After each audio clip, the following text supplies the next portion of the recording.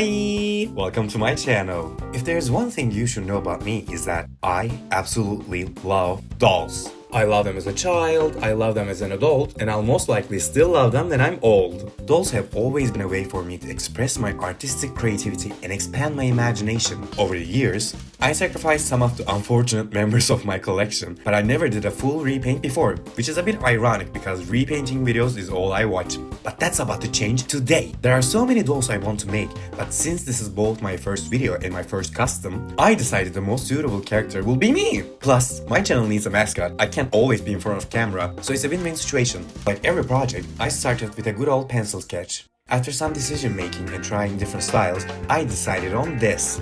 Let's take a look at our lucky candidate. Today's doll is Deuce Gordon from Monster High. As you can see, this doll has seen better days. I already removed the snakes from the head, and after washing the doll with soap and water, we can start preparing. First step, fixing factory flaws. Using an X-Acto knife, I start by cutting any excess plastic and factory imperfections on the doll's body. Then I smooth everything out with a nail file and gradually make my way into a finer buffer. I also remove the molded on underwear because I want to give Mini-Me some real fancy underwear. Once everything is smoothed out, I clean my workspace and the doll. Step 1 is already complete. Next, I super glue. I tried to use some super glue.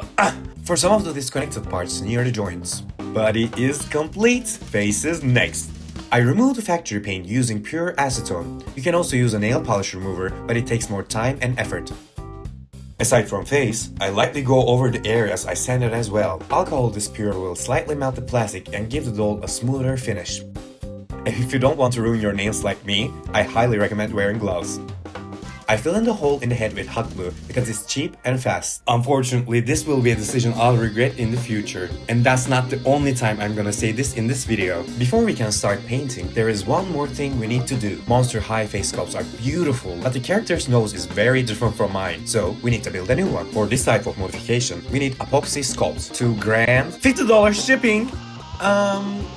I'm kinda in between jobs. I can't just drop 5K like that. So instead I found this. Idea is the same. After mixing 2 equal parts of putty, sculpt to the desired shape and let it dry. But as you can see, this 404 is quite old and crumbly. I hate all my shopping.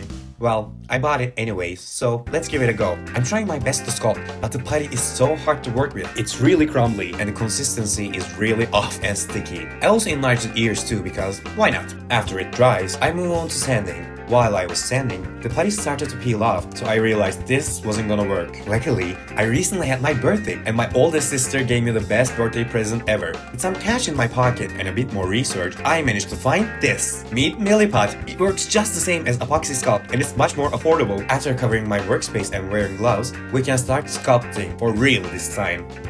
Unlike 404, using Milliput is a dream come true. You can use water with Milliput just like clay, which makes the final product smooth as hell. I take my time and work slow and steady, having multiple reference photos and mirror nearby. Things started to get messy, so I protect the doll with soap and a needle. I really should have done this at the beginning, but first repaint, you live and learn. It took me a while to get comfortable with my own skin, so I want this doll to represent my own unique features that I once hated. Once I'm happy with the progress that I made, I clean up the edges and leave the doll to cure. After it dries, I do a second run of sculpting and add finer details. I hate wasting stuff, so I use the leftover putty to make my phone. The next day, everything is hard as a rock, which means we can carve, sand, and file to get to the desired shape.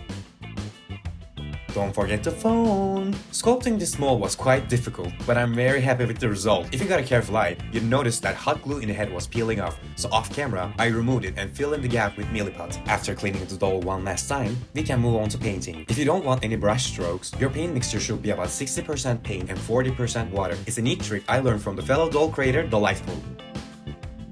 Between layers, I also paint the nails and the phone to save on time.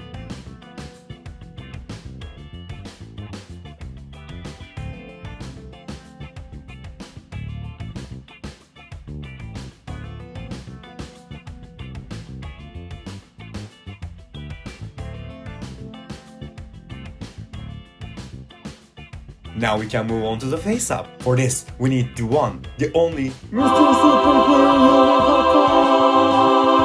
aka the holy grail of all customizers. After spraying the entire doll twice, I scrape off my soft pastels for blushing. The plan was to go from light to dark, but I did say I hate wasting stuff, right? So I ended up using the dust on the table, which kinda made my blush a little too vivid. But that's okay because I blush easily. Using photo references again, I blush the areas where natural redness appears on the body. If you make a mistake, don't worry. You can erase it with a kneaded eraser and start again. Blushing is done. Let's start drawing. I start by outlining the face using a light color water pencil, making sure my proportions are right and centered. Since we use MSG, drawing on a plastic surface is a dream come true. Honestly, this was the part I was most afraid of, but surprisingly, Face Up turned out to be the most enjoyable and smoothest part of this project. Not to praise myself, but for a first try, I think I did a pretty good job. When I cannot progress any further, I spray another coat and come back when it dries.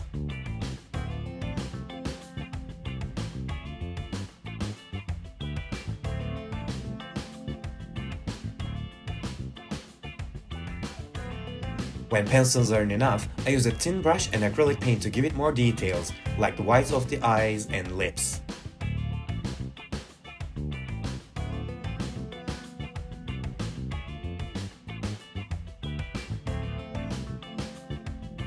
After adding finishing touches like scars, moles, and sideburns, the face up is complete! Yay! I was already planning to make a wig, but the bald head made the project look a little unfinished. So I drew an outline with a watercolor pencil and then gave myself a little Mia Farrow's Rosemary's Baby haircut. You ever seen that movie Rosemary's Baby starring Mia Farrow? Mia Farrow in Rosemary's Baby. Mia Farrow cut. Rosemary's Baby cut. Mia Farrow haircut. Mia Farrow haircut. What's that? I've been to Vidal Sassoon. I look awful. And then I add light and dark swirls for details. Now it's wig time. Mosquito has an amazing playlist for doll wig making, and I'm just trying to follow them. First, I protect the doll with a plastic wrap and stretch a piece of cotton fabric tightly over the head using an elastic band. Then I apply a generous amount of white glue and let it dry. Once dry, I trim off the excess and secure the edges with the white stitch so they don't curl up. It turned out a bit small, but nothing unfixable. To keep it from falling off, I measured and sewed an elastic band inside the cap. Let's move on to the hair. I originally made these wefts last year for this very video using classic yarn brushing method, but I could never achieve that silky texture. They ended up looking more like thread than hair. I don't know what I did wrong. With a bit more research, I found the thicker yarn works better. Maybe I could do wefts with them and dye them later. Or maybe I could have a meltdown and cut all my hair and use that instead. There was no doll project at the time, so I threw it away. But in true artist fashion, I thought, I can make something with this. It looks a bit creepy, I know, but I figured I could find enough hair in this tangled mess to make a small doll wig. I cut off the ends and laid them over a plastic bag covered with boohoo glue and added another layer on top of that to secure the hair. Repeat this step 100 more times. After everything dries, I trim off the excess, straighten, and comb the hair. Once I have enough hair, I start gluing the hair onto the wig cap with hot glue, but it'll be a decision I'll regret for very obvious reasons.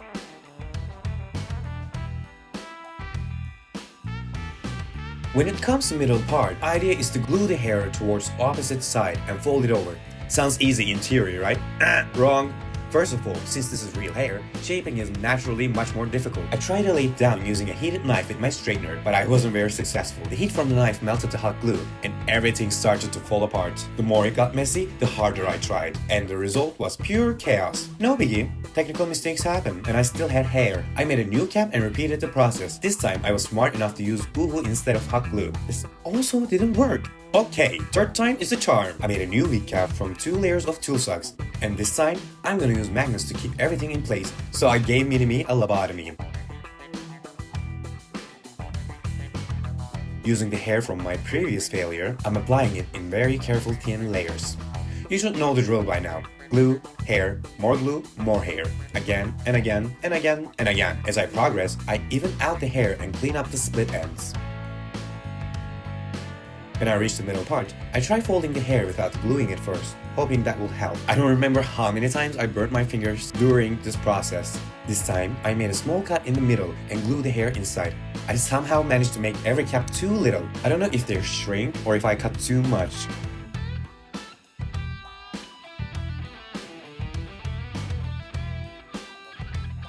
My glue is done, my fingers are done, my patience is done.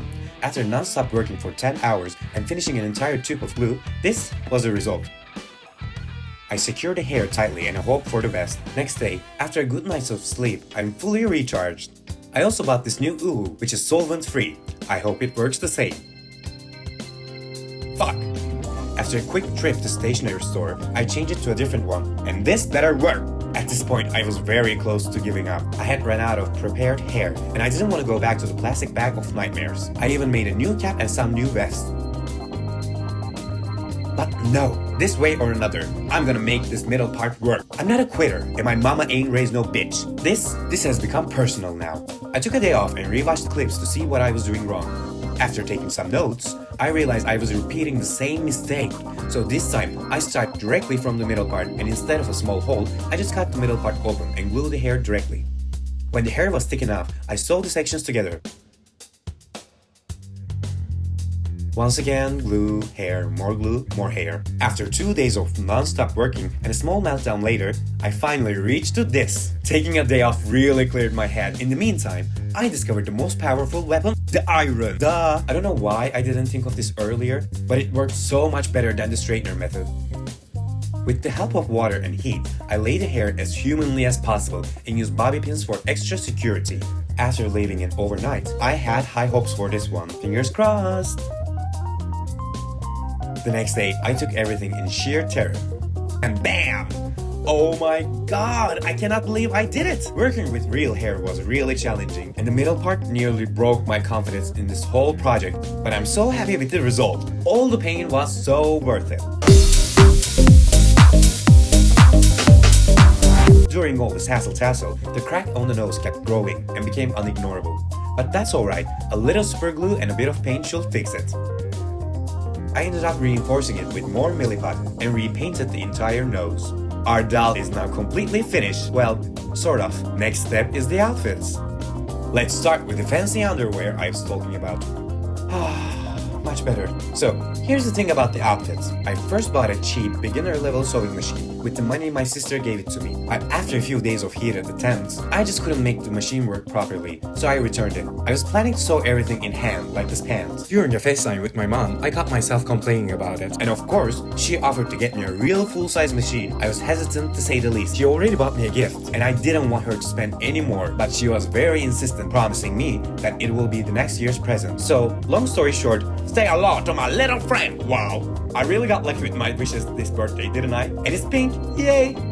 Sewing was another challenging part, so I'm not gonna get into much detail because I don't know anything about sewing either, and I'm really nervous to use the machine. So recording while also sewing will add to that stress level and will make me a hot mess. But basically, I opened the seams of the doll's original clothes to make patterns. After marking the fabric, I cut and sewed the good sides together. Easy in theory, hard in application.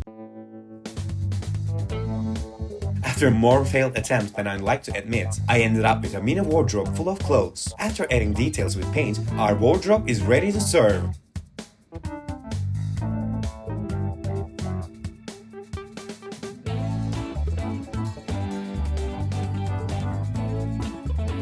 For the shoes, I originally planned to make my everyday Converses because I'm obsessed with them, but somehow I couldn't stop myself, so I ended up with 4 pairs. For the first pair, I roughly shaped the platforms using air-dry clay. Once dry, I glued them to the shoe and start sculpting the details with milliput. This stuff is addictive.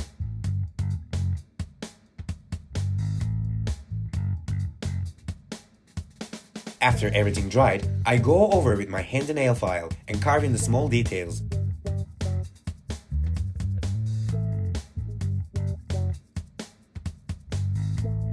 And apparently paint them off camera. Oops! Let's move on to the second pair. This time I'm using doll's own shoes. I never had Vans before, but I always wanted this specific model. They're so skater boy coded. For the third pair, I'm just painting some old Ken shoes, which I also thought I recorded, but apparently I didn't. And for the last pair, I decided to make slippers using leftover leather. I traced the feet onto a cardboard first, cut the front and back pieces for my Eva foam with a little extra on the sides. Once all the pieces were cut, I glued them and fold the extra space in the edges for a smoother finish. I make the buckles with wire and combine everything. And just like that, the shoes are done. And of course I had to make a bracelet because I love recycling. Our next step doesn't need no introduction. We are gonna make my cat Yoda. For this, I wanted to use his own fur. Do you notice a pattern? Okay, real talk for a second. Felting was something I wanted to try for a very long time, but this video is already getting too long and I don't want to show another series of unfortunate events. So if you want to learn how to needle felt like a queen, Julie's Felting Friends is the channel for you. Thanks, Julie. Once I finished felting, even though the result wasn't terrible, it wasn't the fluffy fur ball the Yoda was. So I ended up gluing yarn over the body and trimmed it down, which kind of made the whole felting process unnecessary in the end.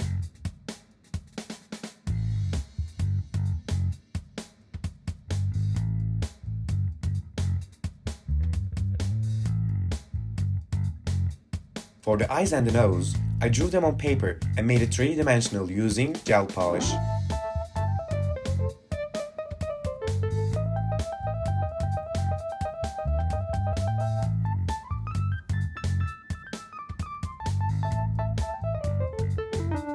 For a first attempt, it wasn't bad, but I wasn't fully satisfied. His neck was too long and his nose looked a bit pig-like. I would have liked to remake it, but then this video will never come out. But for now, I only remade his nose with milliput and painted the colors a little lighter. I'll try again in the future when I improve more. I just had to let it go.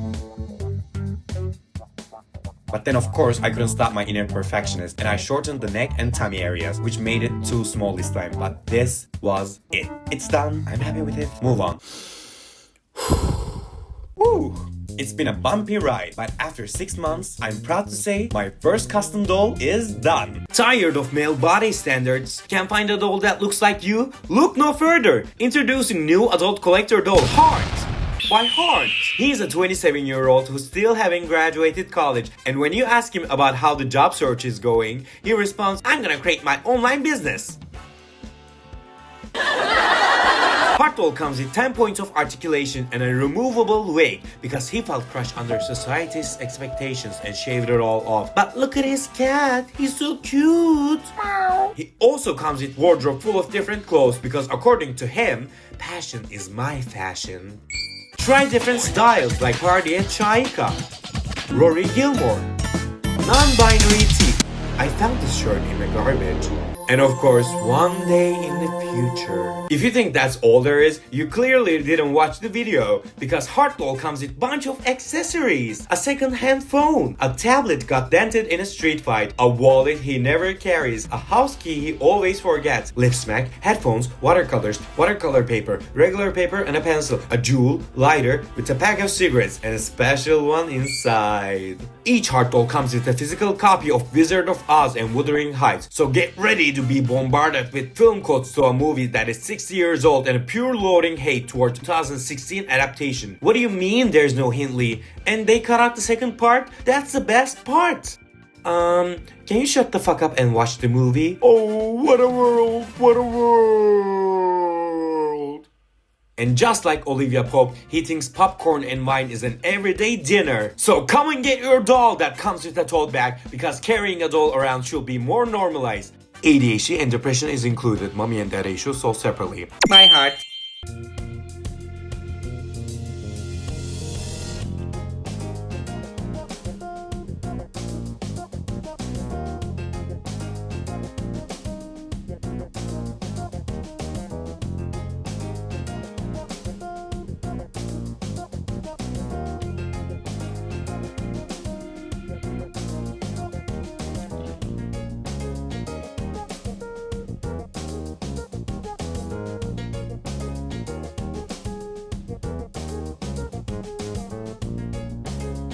Wow, that was crazy, y'all. As I'm writing these last words, I still cannot believe this is over. I thought I can just swoop in and pump one of these bad girls a month, but fuck that. Thank you for watching again, and thank you to everyone who supported me through this journey. I couldn't have done this without you guys. And if you like to support me, like, share, and subscribe.